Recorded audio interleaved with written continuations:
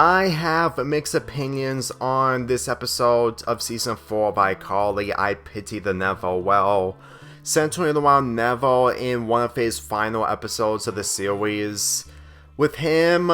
going to the iCarly gang was something that made me go mind-blown upon watching the previews of this episode when it was airing in 2011. This episode really aged. And despite the allegations of Dan Schneider, it does showcase that he was a lot more smarter when it comes to making the episodes, even though it does showcase of how manipulative he is towards actresses and actors. But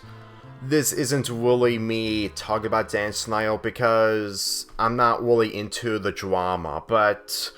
let's get into the episode itself. The video that went viral was a little girl crashing into Neville, well, not really crashing, but bumping into Neville with her own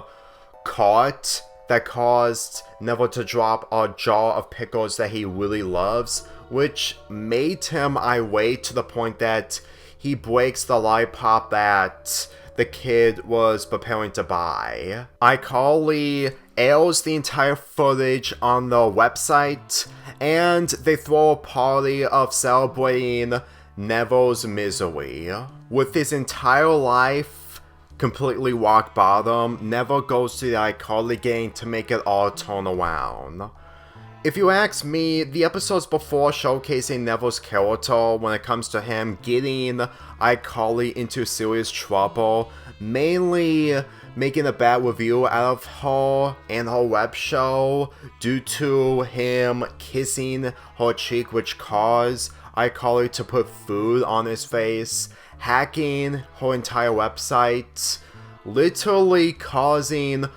a huge actual fight between her and Shelby Marks when it comes to him making a fake video. This really feels a lot more justified, and yet at the same time when it comes to him going to the iCarly gang is something that you don't usually expect someone to do, but it does happen in shows. Well, the person who hits rock bottom goes to the group that they went through the most while also causing trouble towards, to the point that the good people, mainly the iCarly gang, decides to make things right for Neville, despite the fact that they know for a fact that Neville can't change. This episode was somewhat similar to the We Bare Bears episode Nom Nom. Well, you basically knew what actually happened when it comes to him being a terrible character, and it does apply to Neville, which is somewhat ironic considering that Nom Nom and Neville has the first letter in their names, the letter N. But my point is that what Neville went through throughout this entire episode, it really feels like that they were planning on giving them some kind of character growth.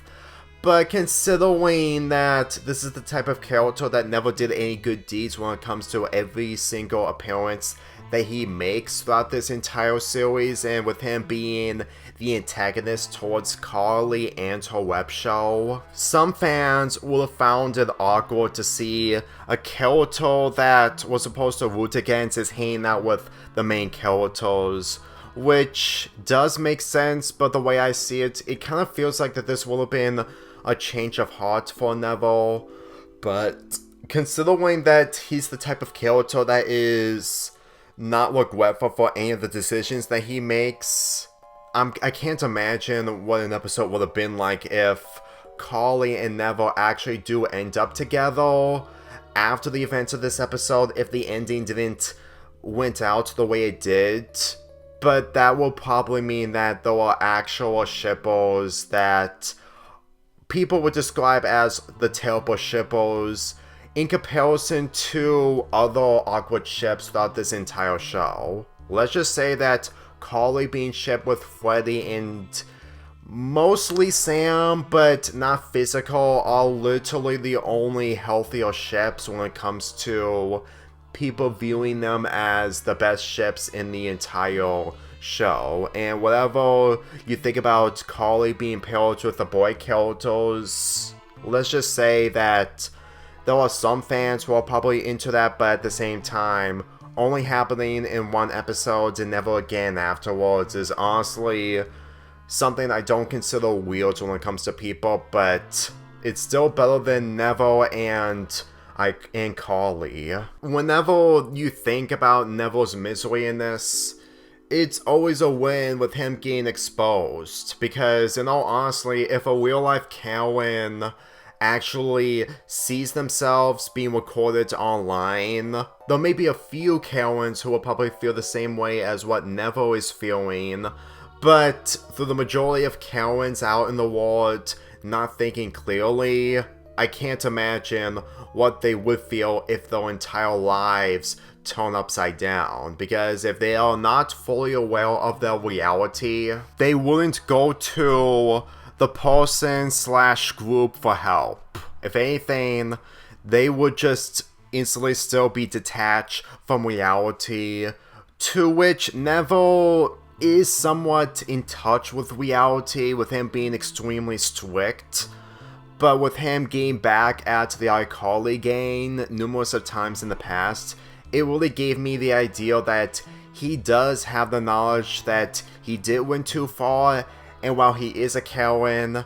he at least isn't full on Cowan. At times, it's a stretch to have these types of ideas work in full force for Nevel's character,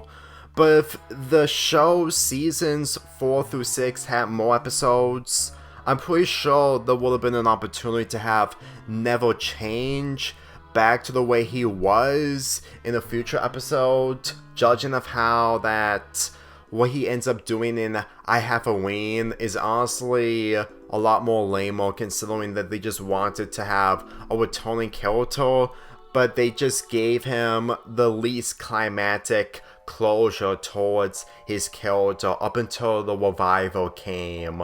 in 2021. It is sweet that he got closure towards the girl that he lashed out towards, but then again, him lashing out towards a man who is handicapped, sitting on a wheelchair, who accidentally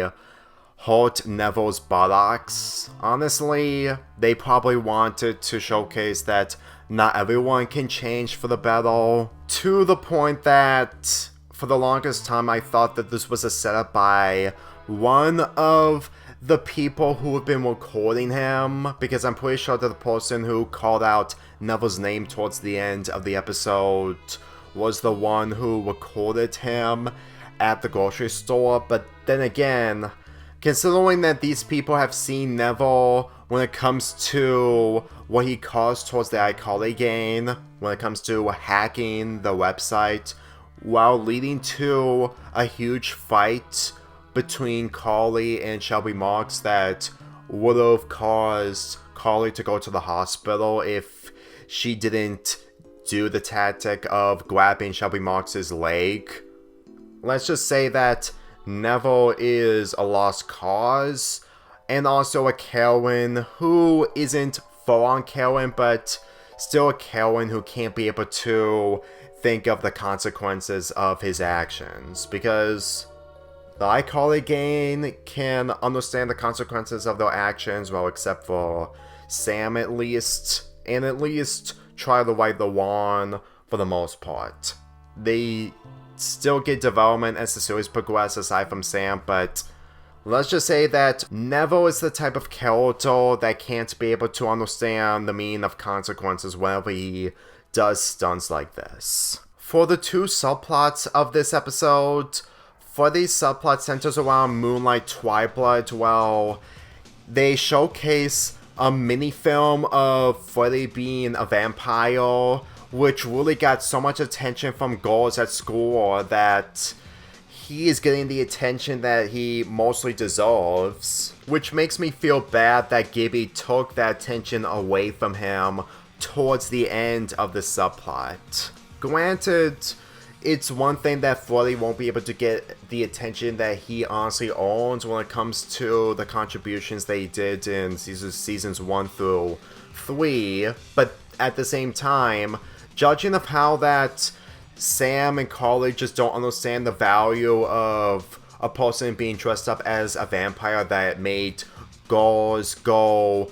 cuckoo crazy that vampires are eye candy to them. In all honesty, this is just basically a representation that fangirls are really obsessive towards a character being dressed up as a vampire, or in Gibby's case, a werewolf, to the point that it can be the biggest trend going on at the time. But I'm not a fan of those Twilight films, especially addressing it in my Thread 2 review 3 months ago, so if you really think that this type of material is just showcasing of how terrible those Twilight films were, and the main focus is the main character being the most eye-candy thing about the entire franchise of those films, honestly, what else can 40 do when it comes to finding an alternative? It's not one of my favorite subplots, but again, it did showcase that you can't be able to win when it comes to having a great idea when someone else just takes it away from you. But I'm not really much of an expert when it comes to trends back in the early 2010s. Other than vampires and werewolves are eye candy in the eyes of girls. The other subplot, well, Spencer is really bored and he is desperate for attention from iCarly. Honestly, for the longest time, him spreading butter on his face really felt like the most randomest joke that it just didn't make any sense. To the point that if it was an innuendo that people would criticize Dan Schneider to the point that I'm missing something that they do see something, then let me just say this right now. The whole foot thing in this entire show didn't make me see child exploitation, but at the same time, I wasn't enjoying it regardless. There were a few moments that were funny, mainly from Drake and Josh, but at the same time, I wasn't really against people who've been calling out when it comes to the child exploitation of children's feet. I'm just saying. And whenever I see this subplot, it just makes me feel like that they just wanted Spencer to do something, even though they didn't really need to when it came to the subplot that they were working on involving Freddy. So overall, this episode is one of the most underrated when it comes to Season 4, but for me personally, if it would have been a lot more better if it did continue with the direction that Neville could have took if it wasn't for the ending, then I would have seen so much potential. Granted, he could turn his back on the iCarly game, but considering that in the later seasons, well, they didn't took this show seriously when it comes to characters being slightly dumbed down, mainly the iCarly game, but mostly dumbed down like Gibby's character. I really feel like that this is mostly a missed opportunity, but it doesn't really ruin the episode for me. I still enjoy the episode and for how it aged. I always feel like that whenever I think about this season in particular, with it taking place after Season 3, which Seasons 1 through 3 are the golden age of iCarly, and then what ends up happening after this season, it takes a turn for either the worse, which I always view Season 4 mostly as part of the golden age despite having less episodes, and I feel like that this episode, while still underrated, still had potential on continuing on some arcs that would make the later seasons worth something rather than being mostly focused on random stuff after the whole shipping thing between Sam and Freddy gets dropped entirely.